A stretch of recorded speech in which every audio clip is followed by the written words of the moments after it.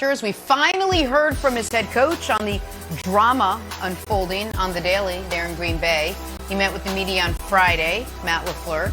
He said the Packers want Rodgers back in the worst way. That being said, the team signed another free agent quarterback over the weekend, Ben Kirk, after agreeing to a deal with Blake Bortles last week. That makes 4 quarterbacks on their roster. Here is the aforementioned head coach, Matt LaFleur, with the latest from the team. I like that. I've got nothing new to update, and we still obviously feel the same way. It's, we want him back in the worst way. I know he knows that, and, we'll continue to work at it each and every day. All right, we got former All-Pro running back Ryan Westbrook here to break this one down. Ryan, good morning. What's going on here? You believe Aaron Rodgers' mind is already made up? Good morning, Jenna. And you know what? I absolutely believe that Aaron Rodgers' mind is made up, because as an athlete, when you lose confidence in your organization and you lose trust that your GM is going to put the best talent around you, it's just hard to walk back in that door and say, you know what, now I have trust in you. Let's work together to go try to win a Super Bowl. And we actually had 2 examples this past year. Carson Wentz in Philadelphia, he said, you know what, I'm not happy with Howie Roseman because he drafted Jalen Hurts in the 2nd round in 2020. And really, when you think about it, Tom Brady in New England, he wasn't happy with the Patriots because they didn't put enough talent around him. He ends up down there in Tampa Bay with a stacked roster and wins a Super Bowl. And when I think about this, Joy, I have to believe that Aaron Rodgers said, you know what, I'm the face of the franchise, and you guys didn't bother to give me a phone call or a text when you drafted Jordan Love. And because of that, and because you didn't put a bunch of talent around me in this offseason in the draft and a little bit in free agency, now I have no confidence in the GM. I have no confidence in anyone over at the Packers facility. And because of that, I'm out the door. Oh, no, I agree. I think as far as everything that the Packers did, I don't think that he's completely made his mind up, because I think he has given them some sort of ultimatum or some list of demands in order to get him back, and the Packers haven't quite budged on them yet. Also, there is that little factor of around $30 million he'd be leaving on the table if he really played hardball this year, and they still have his rights for the next 3 years. So it's not as simple as him saying, I'm going to retire. I don't think he wants to do that. But I'm with you on how the Packers handled it. This is one of my favorite stories, because even just listening to LaFleur, his voice cracks a little bit.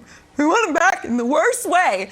This was avoidable. All of this was avoidable. It was very clear how to handle this. You have Aaron Rodgers in his prime. You don't need to move up into the first round and take another quarterback after you just went to the NFC Championship game, went 13-3. My goodness. Give the guy a text message. It's not that hard. Send him a DM. I'm sure you have some other ways to communicate with him if you can't be bothered to give him a phone call. I have no sympathy for the Packers in this situation. If it completely blows up and they're terrible for the next 20 years, they deserve every bit of it. And I'm sorry for Packers fans, but this was a communication issue, and I just don't have sympathy for organizations who can't communicate. This was wrong. It's not how you treat a superstar, and I'm sorry that you're old school and you think that everyone should just fall in line, but everyone on earth can actually really relate to what Aaron Rodgers is going through. Everyone has had a job where they felt unappreciated or undervalued, and they go to work every day and do a great job, and then their bosses lie to them or something. It happens all the time. It's just that when it's a professional athlete, people tend to think that just because you're paid a lot of money that you should just fall in line, when in fact you're one of 6 people on planet Earth that can do what you do. So if anything, you should definitely not fall in line. You should demand everything that you want, get everything that you want out of the situation. I have no sympathy for the Packers at all. And Joy, the only part I'll disagree with you on is I don't know that everyone has been treated like this at their job, because I think typically people in any industry who are as good at what they do as Aaron Rodgers is at what his, don't get disrespected by their bosses. The opposite happens. They actually get extra leeway. There are rules for everyone else, and then rules for our best people, and then rules for our very best person. And so I do think there are a lot of people who feel underappreciated, underpaid, overworked, but usually it's not the person that just won Salesman of the Year in the nation. Like, that guy usually can skip the sales meeting and play 9 holes and nobody says anything because he's so great. What they don't do is go around his back and try to hire his replacement. Now, Joy said something interesting about the way Matt LaFleur sounded. And Wilds, Matt LaFleur is the one other than Packer fans I feel the worst for here. Because Matt LaFleur didn't want this. Matt LaFleur is not trying to develop Jordan Love. Matt LaFleur was like, man, oh man, I got hired in the same hiring cycle as Zach Taylor. How's Zach Taylor's NFL life been? Not great. First year as a head coach, worst record in the NFL. Second year as a head coach, his quarterback who they got with the first pick because they had the worst record gets his knee blown out. Now he's on the hot seat already in year 3. He's like, I walked into Aaron Rodgers. Now I have to live in Green Bay, so that's a bit of a bummer, but I got Aaron Rodgers. And now my boss might be screwing up my relationship with Rodgers. So I do feel for Matt LaFleur. To answer the question, I don't think Rodgers' mind is 100% made up. You've made this point, and I'm sure you will here. If it were 100% made up, he'd say it. I think he's left the door slightly ajar because he hasn't put a voice to this, but I don't think the Packers have fixed things yet. I don't think they have solved the wound or the wounds of the last few years, most notably, as Joy was talking about, Wilds, the Jordan Love pick and not giving him a heads up. Yeah, I think the door is more than slightly ajar. I think it's wide open. It's as wide as it needs to be to bring in a hand truck with a bunch of money on it. And once that bunch of money comes through the door, Aaron Rodgers will be like, you know what?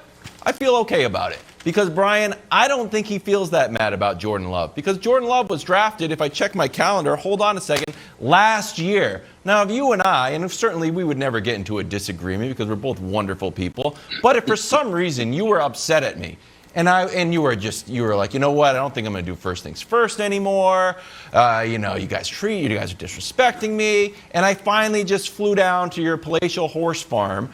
And I was like, Brian, what's the deal? Why all of a sudden are you upset at me? And you said, Wilds, it's from what you did last year. I'm like, huh? We went a whole year and you were great on the show. You're mad about what I did last year to the point that you want to leave the team? For me, it feels more leverage than it does legit beef that will cause him to leave Green Bay.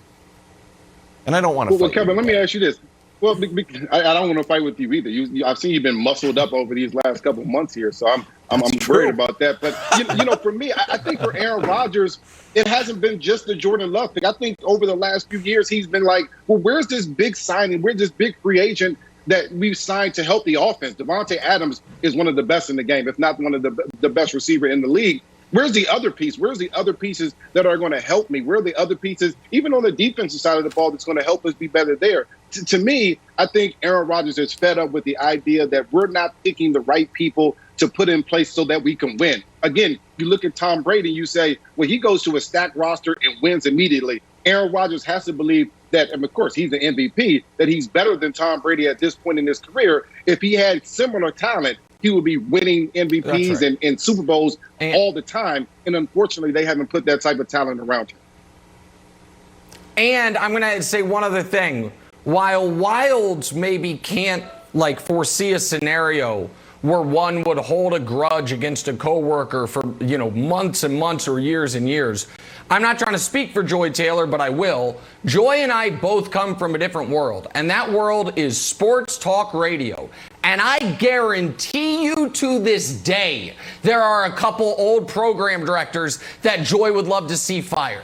I guarantee you there are people that once Joy was on TV every day, she had to do everything in her not to send a few snarky tweets, DMs, or even text to people like, hey, remember that person wouldn't put me on the air? Well, look at me now. Maybe they shouldn't be running things. And maybe I'm projecting, but I've done that.